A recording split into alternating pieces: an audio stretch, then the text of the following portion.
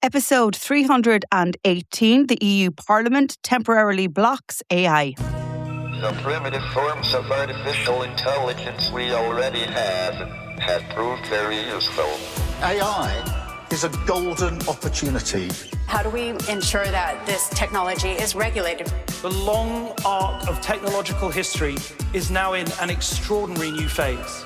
The AI6 podcast with Joanne Sweeney. The European Parliament temporarily disabled built-in AI features on every work device issued to MEPs and staff. According to Politico, writing assistants, text summarisers and virtual assistants were all switched off. A stark reminder of the mistrust and concern of AI systems embedded in government institutions.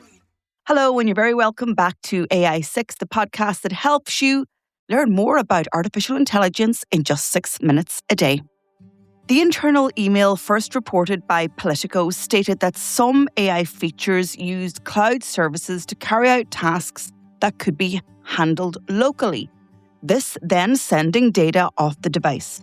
It added that the full extent of data shared with service providers is still being assessed, and until that is clarified, it is safer to keep such features disabled.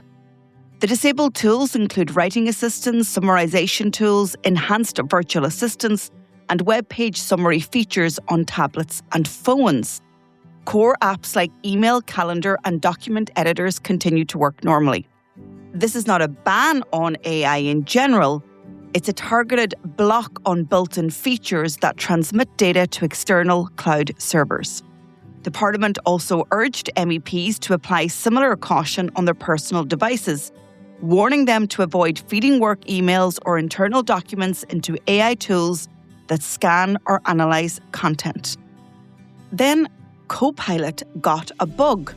Just days after the Parliament's decision, a separate story broke that underlined exactly why this kind of caution matters. Microsoft confirmed that a bug in its 365 Copilot chat had been allowing the AI to read and summarise confidential emails since late January, bypassing the data loss prevention policies that organisations rely on to protect sensitive information. The BBC spoke to Microsoft, who acknowledged the error. Here's BBC reporter Sean DaCosta. The IT support website for NHS workers in England showed a notice suggesting it had been affected. But it told BBC News anything processed by Copilot Chat would stay with its creators and no patient information had been exposed. Enterprise AI tools such as Microsoft 365 Copilot Chat often have stricter controls and security protections in place to prevent sharing of sensitive corporate information. Microsoft told BBC News they identified and addressed the issue, which did not meet their intended Copilot experience. And an update has been deployed worldwide. According to Bleeping Computer, the bug was first detected on the 21st of January. Copilot's Work tab was summarising emails stored in users' sent items and draft folders, even when those emails carried confidentiality labels designed to block AI access.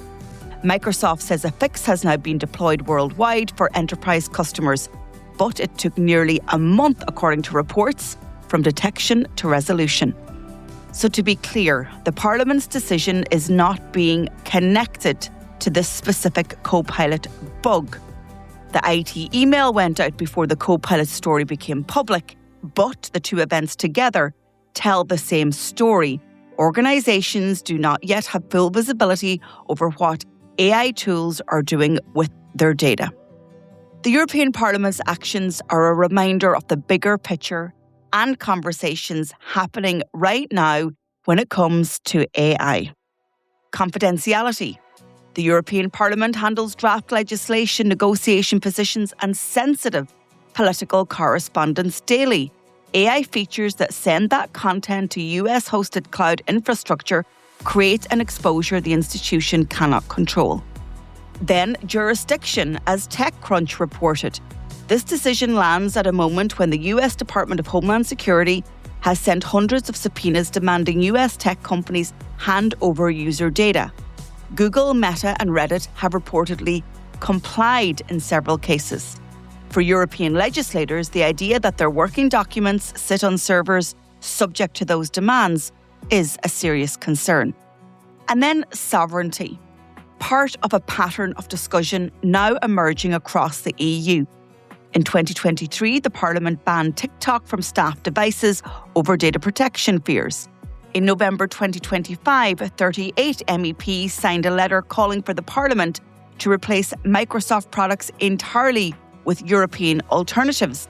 The letter also mentions replacing non-EU hardware, such as devices from Dell, HP and LG, and not just Microsoft software. MEP Ora Sala put it bluntly at the Open Source Policy Summit in Brussels earlier this month. The EU runs on Microsoft, she said, and the US could turn us off inside 1 hour.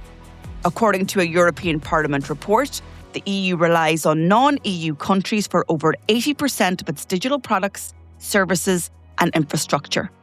In the short term, staff lose tools many offices were already using, potentially quietly, for drafting, translation and summarisation. More manual work and a step back to traditional workflows. And then, of course, there's shadow AI. Research shows nearly 35% of what employees type into AI tools contains sensitive data. The Parliament can disable features on official devices, but it cannot stop someone posting a document into ChatGPT on their personal phone. The policy sets the boundary, but enforcing it is another matter. Clearly, we have a gap. There is no widely adopted EU-built AI model ready to drop in a replacement. Mistral, the French-owned AI model, is being mooted as one solution, and France is already using it in some government agencies. But both of these stories point to the same conclusion. If you don't know where AI is sending your data, you have a governance problem. That's it for today's show. If you're ready to turn these insights into skills, here's how I can help.